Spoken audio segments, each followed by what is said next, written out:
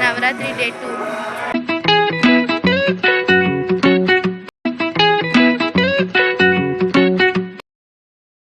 Hi friends, Tamil Nadu ಕೊಡಲು ಚಾನಲ್ಗೆ ಸ್ವಾಗತ ಸುಸ್ವಾಗತ. ಏನಪ್ಪ ಇವತ್ತು ದೇವಸ್ಥಾನ ಹತ್ರ ಹೋಗ್ತಾ ಇದ್ದೀನಿ ಅಂತ ನೋಡ್ತಾ ಇದ್ದೀರಾ. ಇವತ್ತು ನವರಾತ್ರಿ ಸ್ಟಾರ್ಟ್ ಆಯ್ತಲ್ವಾ, ಅದಕ್ಕೆ ನವರಾತ್ರಿ ಫಸ್ಟ್ ದಿನ. ಅದಕ್ಕೆ ಎಲ್ಲ ವೈಟ್ ಆ್ಯಂಡ್ ವೆಟ್ಟಲ್ಲಿ ಹೋಗ್ತಾ ಇದ್ದೀವಿ. ಫಸ್ಟ್ ದಿನ ಶೈಲಪುತ್ರಿ ಅಲ್ವಾ, ಶೈಲಪುತ್ರಿ ಬಿಳಿ ವಸ್ತ್ರದಲ್ಲಿ ಇರ್ತಾರೆ. ಅವ್ರಿಗೆ ಸಮರ್ಪಿಸಬೇಕು ನಾವೇನಾದರೂ ವಸ್ತ್ರ ಅಂದರೆ ಅದು ಬಿಳಿ ಇರೋದ್ರಿಂದ ಸಮರ್ಪಿಸಿದ್ರೆ ನಮಗೆ ಒಳ್ಳೆಯದು. ಮತ್ತು ನಾವು ಪೂಜೆ ಮಾಡ್ತೀವಲ್ಲ, ನಾವು ಬಿಳಿ ಸೀರೆಯಲ್ಲಿ ಕಟ್ಕೊಂಡು ಪೂಜೆ ಮಾಡಿದ್ರೆ ಇನ್ನೂ ಒಳ್ಳೆಯದು.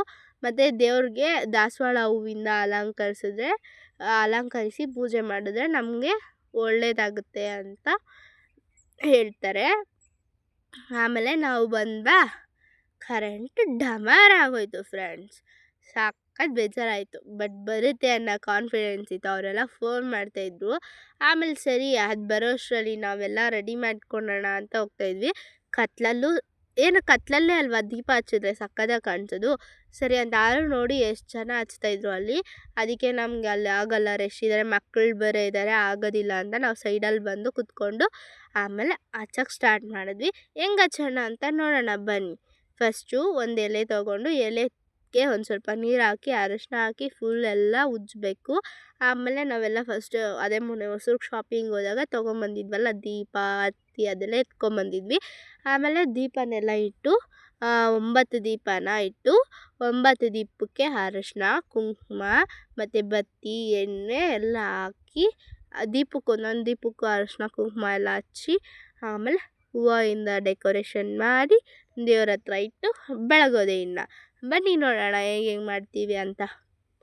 ನೋಡಿ, ನಾನಿವಾಗ ಎಣ್ಣೆ ಹಾಕ್ತಾಯಿದ್ದೀನಿ. ಎಣ್ಣೆ ಹಾಕಿದಾದ್ಮೇಲೆ ನಾನೇನು ಮಾಡಿದ್ದೀನಿ ಅಂದರೆ, ಆ ಎಣ್ಣೆ ಇದೆಯಲ್ಲ ಅದಕ್ಕೆ ಒಂದು ಸ್ವಲ್ಪ ತುಪ್ಪ, ಒಂದು ಸ್ವಲ್ಪ ಇದು ಮಾಮೂಲಿ ಗೋಲ್ಡ್ ವಿನ್ನರ್ ಎಣ್ಣೆ, ಇದು ಈ ರೇಷನಲ್ಲಿ ಕೊಡ್ತಾರಲ್ವ ಆ ಎಣ್ಣೆ ಹಾಕಿ ಇಟ್ಟಿದ್ದೀನಿ. ಯಾಕಂದರೆ 3 ಥರ ಎಣ್ಣೆ ಮಿಕ್ಸ್ ಆಗುತ್ತೆ ಅಂತ ನಾನು ಹಂಗೆ ಮಾಡಿದ್ದೀನಿ.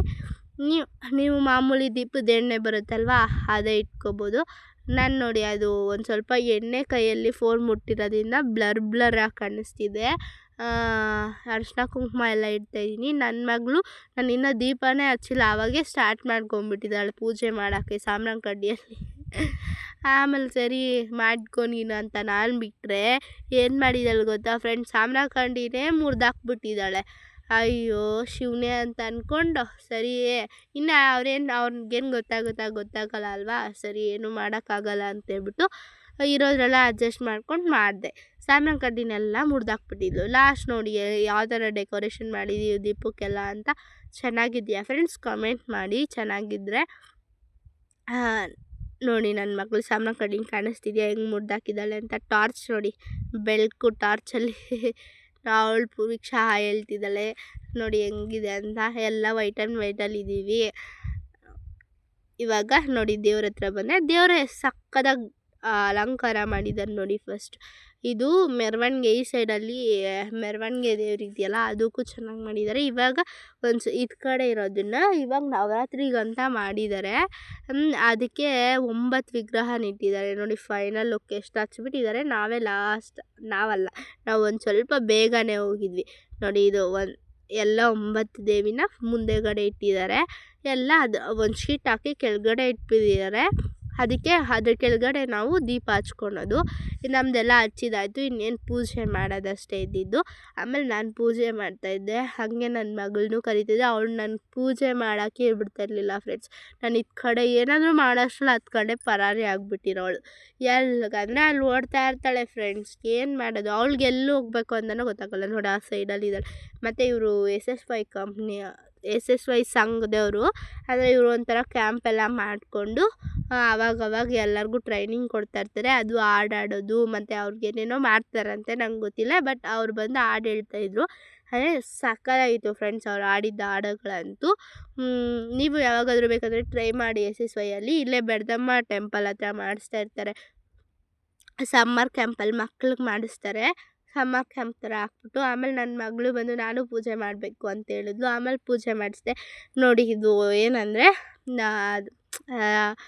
ಬೆಡ್ದಮ್ಮನ ಕಾಯ್ತಾ ಇರೋದು ಅನ್ಸುತ್ತೆ ಆ ದೇವರು.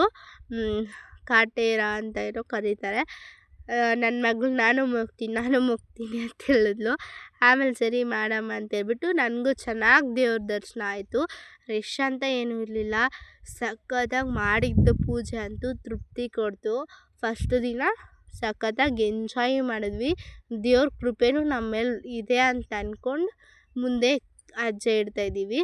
ಆಮೇಲೆ ನೆಕ್ಸ್ಟು ಅವರೆಲ್ಲ ನಿಂತ್ಕೊಂಡು ಭಜನೆ ಮಾಡೋ ಟೈಮಲ್ಲಿ ಡ್ಯಾನ್ಸ್ ಆಡ್ಕೊಂಡು ಭಜನೆ ಮಾಡ್ತಾಯಿದ್ರು. ಆವಾಗ ಇವರು ಹೋಗಿ ಅವ್ರ ಜೊತೆ ಜಾಯ್ನ್ ಆದರು. ಜಾಯ್ನ್ ಆದಾಗ ಅವ್ರೇನು ಮಾಡಿದ್ರು, ಅವ್ರ ಹಿಂದೆಗಡೆ ಆಡ್ತಾಯಿದ್ರು. ಮಕ್ಕಳಂತ ಅವರು ಕರ್ಕೊಂಡು ಮುಂದೆಗಡೆ ಹೋಗ್ಬೇಕಂದ್ರೆ ಇಬ್ಬರು ಏನು ಮಾಡ್ತಾರೆ ಅಂದರೆ ನೋಡಿ ಈ ಕಡೆಯಿಂದ ಸೊಂದಿ ಅವ್ರ ಮುಂದೆಗಡೆ ಕರ್ಕೊಂಡು ಹೋಗೋದು, ಇವ್ರು ಸೊಂದಿಯಲ್ಲಿ ಓಡಿ ಬಂದುಬಿಡೋದು. ಅದಕ್ಕೆ ಅವರು ಏನು ಮಾಡಿದ್ರೆ ನೀವು ಓಡಿ ಬರ್ತೀರಲ್ಲ, ನಾವೇ ನಿಮ್ಮ ಹತ್ರ ಬರ್ತೀನಿ ಅಂತ ಹೇಳ್ಬಿಟ್ಟು ಇಬ್ಬರನ್ನೂ ರೌಂಡ್ ಹೊಡೆದ್ಬಿಟ್ರು. ರೌಂಡ್ ಹೊಡೆದು ಆಮೇಲೆ ಇಬ್ಬರು ಅಲ್ಲೇ ಆಡ್ಕೊಂಡಿದ್ರು. ನನ್ನ ಮಗಳಂತೂ ಎಷ್ಟು ಆ್ಯಕ್ಟಿವ್ ಮಾಡಿದ್ಲು ಅಂದರೆ ಅಷ್ಟು ಆ್ಯಕ್ಟಿವ್ ಮಾಡಿದ್ಲು ಫಸ್ಟ್ ದಿನ. ಆಮೇಲೆ ಸರಿ ಅಂತೇಳ್ಬಿಟ್ಟು ನೋಡಿ ಎಷ್ಟು ಚೆನ್ನಾಗಿ ಆಡ್ತಾರೆ ಅವರು. ಆಡೋದೆ ಆ ಟೈಮಲ್ಲೇ ಒಂದು ಕ್ಯೂಟ್ನೆಸ್ ಅಲ್ವಾ ಫ್ರೆಂಡ್ಸ್, ಸಕ್ಕತ್ತಾಗಿ ಆಡ್ತಾರೆ. ಪೂರ್ವಿಕ್ಷಾ ಮತ್ತು ಇವಳು ಎಷ್ಟು ಬೆಸ್ಟ್ ಫ್ರೆಂಡ್ಸ್ ಅಂದರೆ ಹೇಳೋಕ್ಕಾಗಲ್ಲ. ಒಬ್ರನ್ನ ಬಿಟ್ಟು ಒಬ್ರು ಇರಲ್ಲ. ಒಂದು ಹೊಟ್ಟೆಲಿ ಹುಟ್ಟಿಲ್ಲ ಅಂತ ಅಂದ್ಕೊಳ್ರಿ, ಅಷ್ಟು ಬೆಸ್ಟ್ ಫ್ರೆಂಡ್ಸ್. ಇವಳು ನಿದ್ದೆಯಲ್ಲಿ ಮಲ್ಕೊಂಡಿರ್ಬೇಕಂದ್ರೆ ಇವಳು ನನ್ನ ಮಗಳು ಪೂರ್ವಿಕ್ಷಾ ಅನ್ನೋದು, ಅವಳು ಸಹಸ್ರ ಅನ್ನೋದು. ಅವ್ರ ಫ್ಯಾಮಿಲಿಗೆ ನನ್ನ ಮಗಳನ್ನ ಸೇರ್ಕೊಂಡ್ಬಿಟ್ಟಿದ್ದಾಳೆ. ನನ್ನ ಮಗಳು ನಮ್ಮ ಫ್ಯಾಮಿಲಿಗೆ ಅವಳನ್ನ ಸೇರಿಸ್ಕೊಂಡ್ಬಿಟ್ಟಿದ್ದಾಳೆ. ಹಂಗಾಗ್ಬಿಟ್ಟಿದೆ. ಇಷ್ಟೇ ಫ್ರೆಂಡ್ಸ್ ಫಸ್ಟ್ ಡೇದು ನವರಾತ್ರಿ.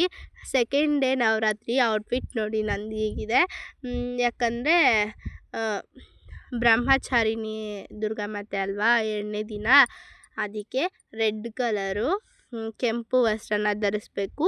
ದೇವ್ರಿಗೆ ನಾವೇನಾದರೂ ಇಡಬೇಕಂದ್ರೂ ಕೆಂಪುದೇ ಇಡಬೇಕು, ಅವಾಗ ಒಳ್ಳೆಯದು. ಮತ್ತು ಮನೇಲಿ ಮಲ್ಲಿಗೆ ಹೂವು, ಬಿಳಿ ಕಲರ್ದು ಹೂವು ಯಾವುದು ಇರುತ್ತೋ ಅದನ್ನು ಸಮರ್ಪಣೆ ಮಾಡಬೇಕು. ನೋಡಿ ನಮ್ಮದು ಶಾರ್ಟ್ ಬ್ಲಾಗ್ ಸೆಕೆಂಡ್ ಇದು ಜಾಸ್ತಿ ತೆಗಿಯೋಕ್ಕಾಗಿಲ್ಲ. ನನ್ನ ಮಗಳು ಸಖತ್ ಟಾರ್ಚರ್ ಕೊಡ್ತಾಯಿದ್ಲು ಫ್ರೆಂಡ್ಸ್. ಆಮೇಲೆ ನಾನೇನು ಮಾಡಿದೆ, ಮಲ್ಲಿಗೆದು ಹೂವು ಇರುತ್ತಲ್ಲ ಅದೆಲ್ಲ ತೊಗೊಂಡು ದೀಪಕ್ಕೆ ಅಲಂಕಾರ ಮಾಡಿದೆ. ಯಾಕಂದರೆ ಸೆಕೆಂಡ್ ಡೇ ಮಲ್ಲಿಗೆ ಹೂವಿಂದನೇ ಮಾಡಬೇಕು ಅಂತ ನಾನು ಮಾಡಿದೆ. ನೋಡಿ ನಾನು ಹಚ್ತಾ ಇರೋದು ನಮ್ಮ ದೀಪ ಇದು.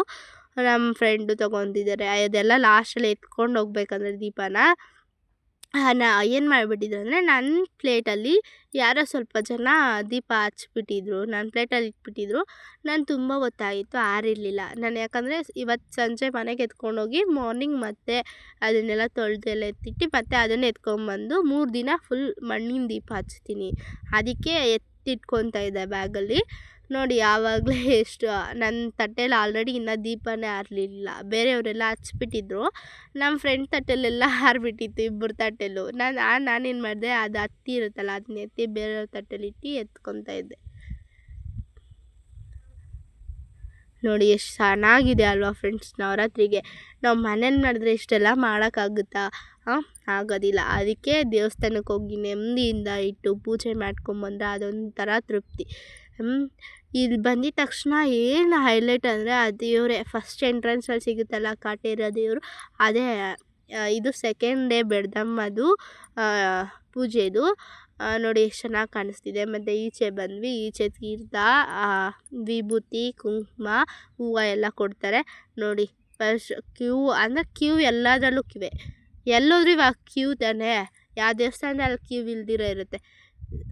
ನೋಡಿ ತೀರ್ಥ ತೊಗೊಂಡು ಕುಂಕುಮ ಇಟ್ಕೊಂಡು ಎಲ್ಲ ಬಂದು. ಇದಾಗಿತ್ತು ನನ್ನ first day and second day Navratri vlog.